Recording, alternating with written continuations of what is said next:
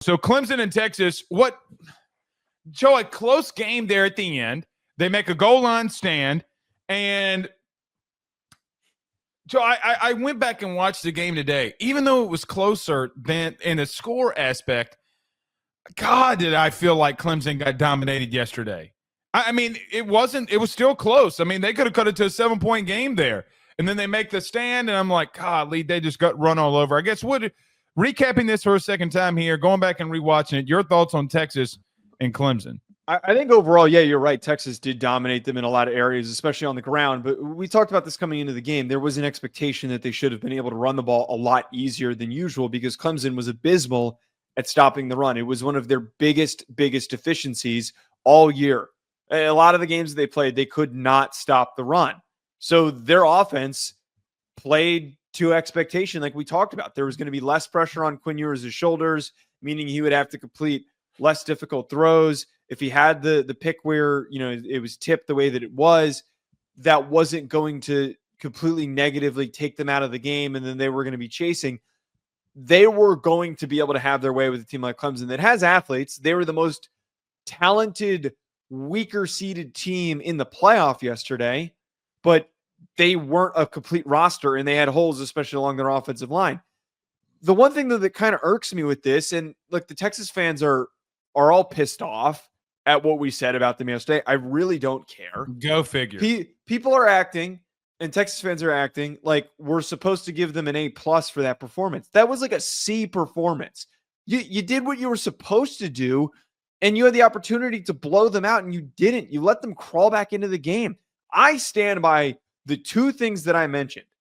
That when I watched the All-22 copy, it accentuated those beliefs, which was Quinn Ewers was misfiring all over the place on a number of throws. He was not on point. He made a number of big throws that helped them win the game. That's the dichotomy of Quinn Ewers, is makes a big play and then he can't hit a guy that's 10 yards away from him. He can't hit the easy throws. And then the other part about this, their inability to cover passing plays on the boundary is a problem. It is a problem. It is a serious issue. They have really good safety play. And we talked about this yesterday, Blake, they're going to end up in a situation against Oregon or Ohio State where they're going to get freaking cooked by either of those receiving cores that are way more talented than Clemson's. The way that Clemson was able to get back into the game was because they attacked that. I'm going to talk about the winner first, but I got to say this to your point. Not to you. Told you. You're right. I told you. They got an issue on the boundary, brother. They have an issue on the boundary, and if they see a core with a quarterback that can get dudes the ball at the boundary and on the boundary, they are in trouble. Know why Carson Beck couldn't do it? That's not the litmus test that you need to find it. I'm going to make an argument tonight that's going to be crazy. It might get me banned that Georgia might be better without him right now. I mean, but that's neither here nor there. Here's the truth about this, Joe, that I want to point out to give Texas a lot of props.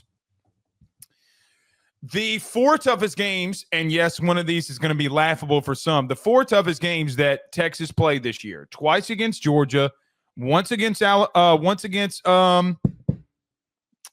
Alabama. Texas A&M, and one against Vandy. They couldn't run the ball for over 100 yards. They ran for 293.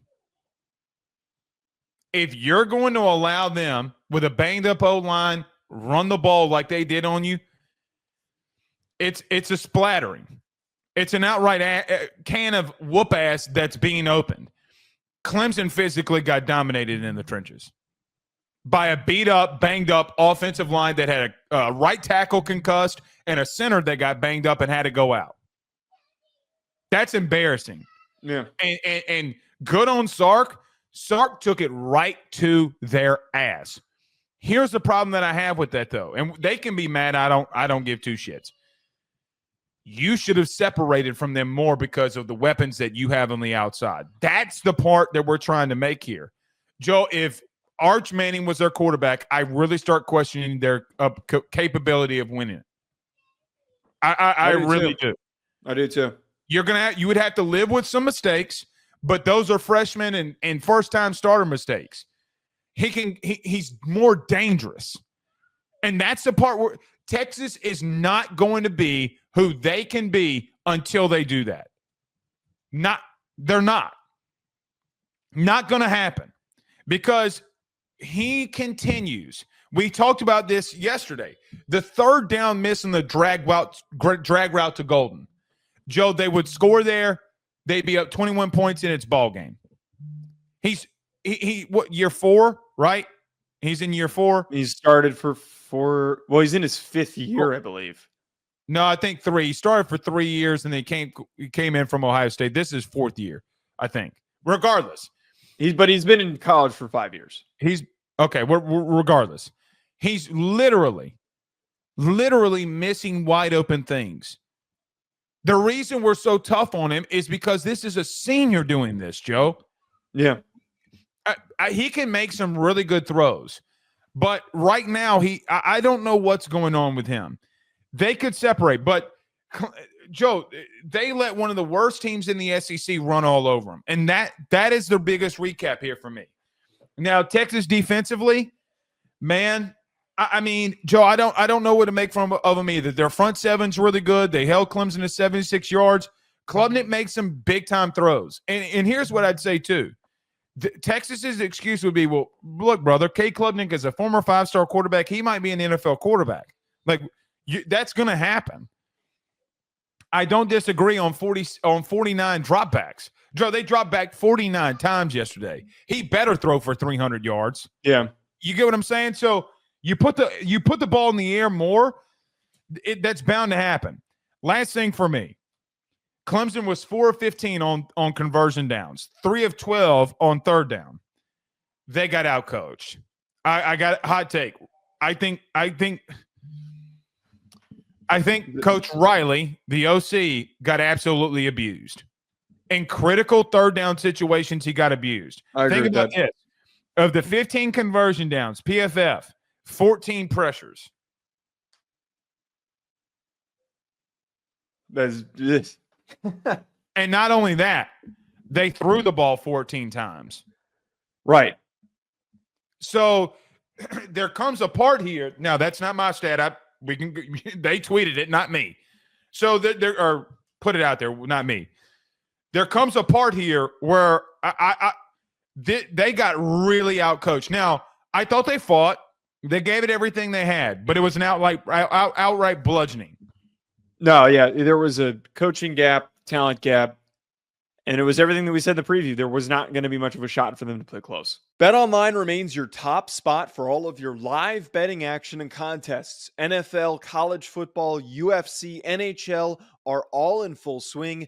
BetOnline is your number one source for wagering news, odds, trends, and predictions with both desktop and mobile access at any time. Head to BetOnline today and use promo code BELIEVE, that's BLEAV, for 50% off your first deposit. That is a 50% welcome bonus. BetOnline, where the game starts.